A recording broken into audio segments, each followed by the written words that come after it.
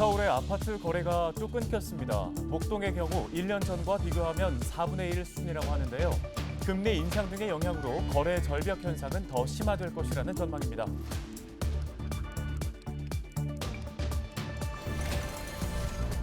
양천구 신월동에 가방 소공인 지원센터가 문을 열었습니다. 가방 소공인 지원센터는 가방 제조 산업을 육성하기 위한 공동 작업 시설로 양천구 130여 개의 가방 제조업체를 지원하게 됩니다.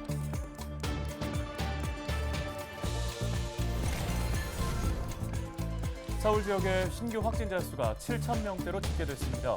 확진자 증가세가 계속되면서 준중환자 병상 가동률은 63%까지 올랐습니다.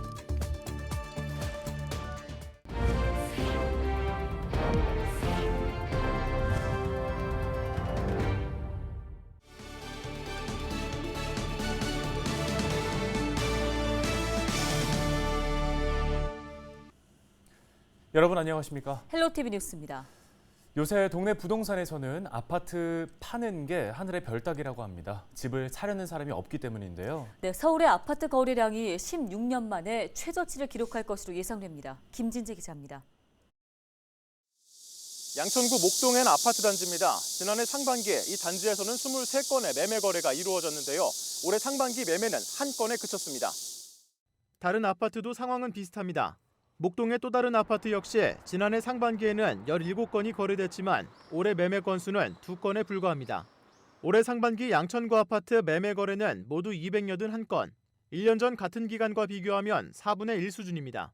호가도 지금은 약간씩은 낮추는데 그만큼 약간씩 낮춰가지고는 어떠한 매수세가 들어올 수가 없죠. 그래서 뭐 한 30%씩 팍 내릴 수는 없잖아요. 그 기대 심리라는 게 있어서 지금 호가는 높고 살 매수자는 없다라고 보시면 됩니다.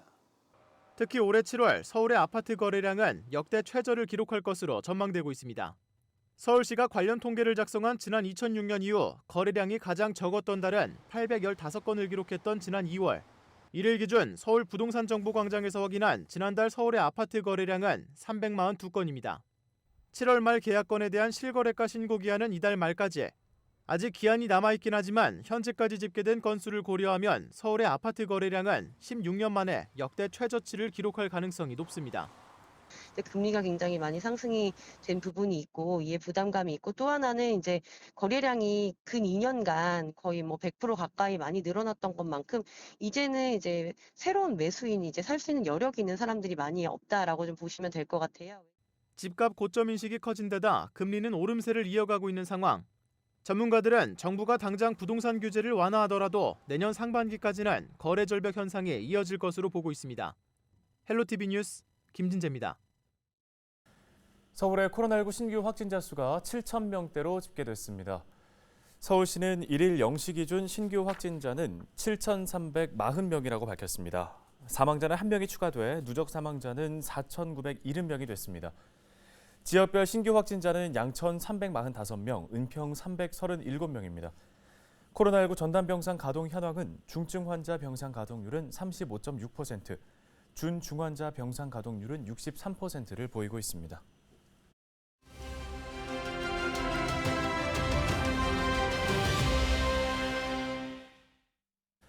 다음 소식입니다. 신월동을 가방 골목으로 기억하시는 분들 계실 겁니다. 한때 신월동은 국내 가방 생산의 중심지로 주목받았던 곳인데요. 집마다 장비를 갖추고 분업 방식으로 가방을 만들었습니다. 예전만큼은 아니지만 지금도 신월동에는 130여 개의 가방 제조업체가 몰려 있습니다. 네, 지난해 중소벤처기업부는 신월동을 도시 소공인 직접지구로 지정했고 지난달에는 가방 소공인 지원센터가 문을 열었습니다. 지역 기반 가방 제조업을 육성하자는 취지인데요. 신월동 가방 소공인 지원센터 어떤 곳인지 오늘 자세한 내용 살펴보겠습니다.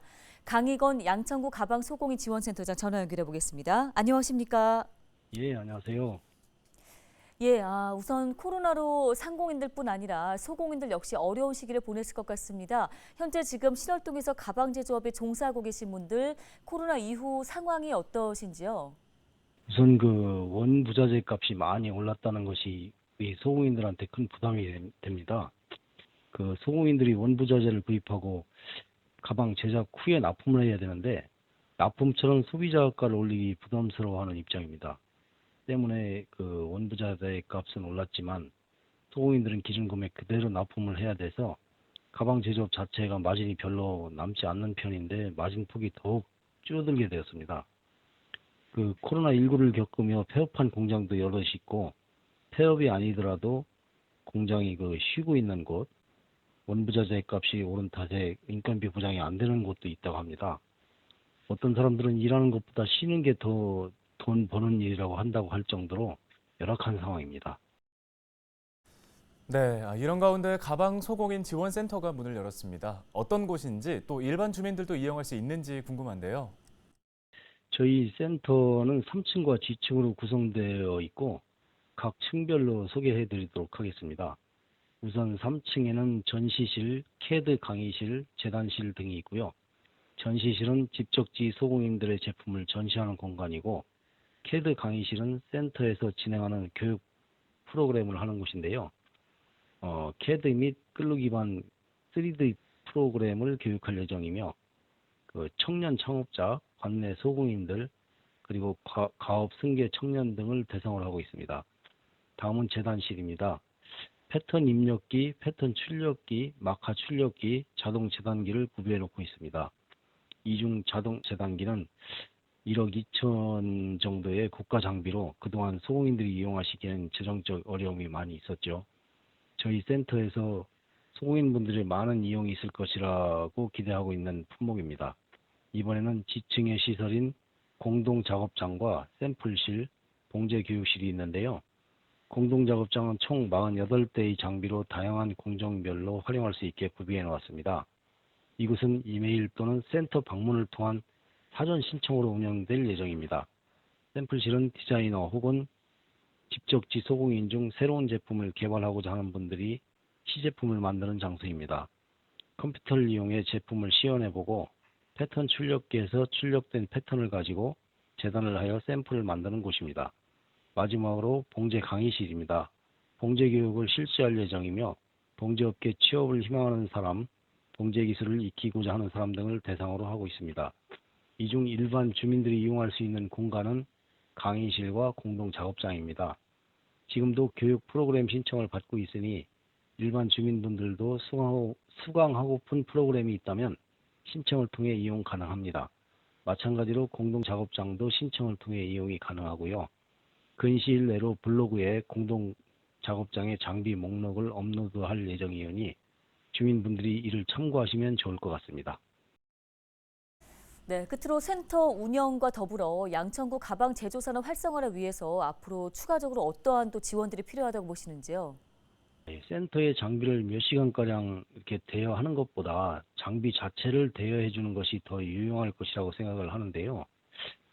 그리고 또한 양천구 내에 소규모 공장이 대부분이다 보니 군납 또는 관공서 등의 대형 주문은 처리할 수가 없는 경우가 많은데 대형 주문이 들어왔을 때 이를 소화할 수 있는 공간이 더 구축이 되면 좋겠습니다. 그리고 저희 양천구에 가방 소공인들이 개발한 란트라는 브랜드가 있습니다. 이를 소비자들이 알 수 있도록 마케팅에 대한 지원이 좀 더 필요하다고 생각합니다. 그리고 백화점, 공기업 등 큰 판매장 입점에 대한 지원이 또한 필요합니다. 그리고 첫 번째 질문에서 언급드렸던 원부자재에 대한 소공인들의 부담을 줄여줄 시스템이 갖춰진다면 좋겠습니다. 예를 들어 각자의 공장에서 구매하는 것이 아닌 대량 구매를 통해 좀 더 합리적인 가격으로 확보할 수 있으면 좋겠습니다. 네, 잘 들었습니다. 여기까지 듣겠습니다. 가방 소공인 지원센터 강희건 센터장이었습니다.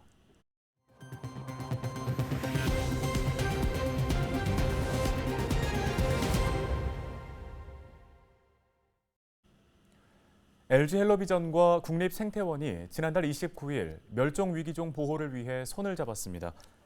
두 기관은 이날 생물 다양성 보존과 생태문화 확산을 위한 업무 협약을 맺고 관련 프로그램 제작과 캠페인 등을 추진하기로 했는데요. LG헬로비전은 매달 각 지역별 멸종위기종을 선정해 기획 보도하고 관련 대담 프로그램을 방송할 계획입니다. 또 국립생태원 연구진과 함께 야생조류 서식지를 모니터링하고 지역 주민과 임직원이 참여하는 야생조류 충돌 방지 캠페인도 진행합니다. 지역에 서식하는 멸종 위기종에 대한 이해를 지역사회에 확산하는 좋은 기회라고 생각합니다. 생물 다양성을 보존하고 이와 관련된 ESG 활동에 지속 노력하도록 하겠습니다. 민간 기업과 함께 환경을 위해 협력하는 ESG 경영의 모범 사례가 될 것으로 기대하고 있습니다. 은평구가 오는 15일 정오까지 서울형 도시 텃밭 조성 사업 공모를 접수합니다. 도시 텃밭 조성 사업은 학교와 어린이집, 복지시설 내에 텃밭을 조성하고 공공시설 내의 텃밭을 지역 주민에게 분양하는 사업입니다. 사업 대상은 공공기관과 민간시설의 옥상을 비롯해 학교, 유치원, 아파트 등의 자투리 공간입니다. 조성된 텃밭은 향후 도시 텃밭 관리 사업을 통해 전문 관리사의 지도 관리와 농자재 지원을 받을 수 있습니다. 공모 관련 자세한 내용은 은평구청 홈페이지 공지사항을 확인하거나 구청 공원 녹지과로 문의하시기 바랍니다. 서울시가 올해 한시적으로 에너지 바우처 지원 사업 대상을 확대하고 지원 단가도 인상합니다. 에너지 바우처는 경제적 부담 등으로 에너지 이용에 어려움을 겪는 저소득 취약계층을 대상으로 전기와 가스, 지역 난방 비용을 지원하는 사업인데요. 기존에는 노인, 장애인 등 더위와 추위에 취약한 계층 중 생계 의료급여 수급자를 대상으로 지원해왔는데 서울시는 올해 연말까지 주거, 교육급여 수급자도 에너지 바우처를 신청할 수 있도록 했습니다. 가구별 평균 지원 금액도 하절기에는 9,000원에서 4만 원으로, 동절기에는 11만 8천 원에서 13만 2천 원으로 올렸습니다. 신청 방법 등 자세한 내용은 동주민센터나 에너지 바우처 콜센터, 에너지 바우처 누리집에서 확인할 수 있습니다. 뉴스 마칩니다. 네, 여러분 고맙습니다.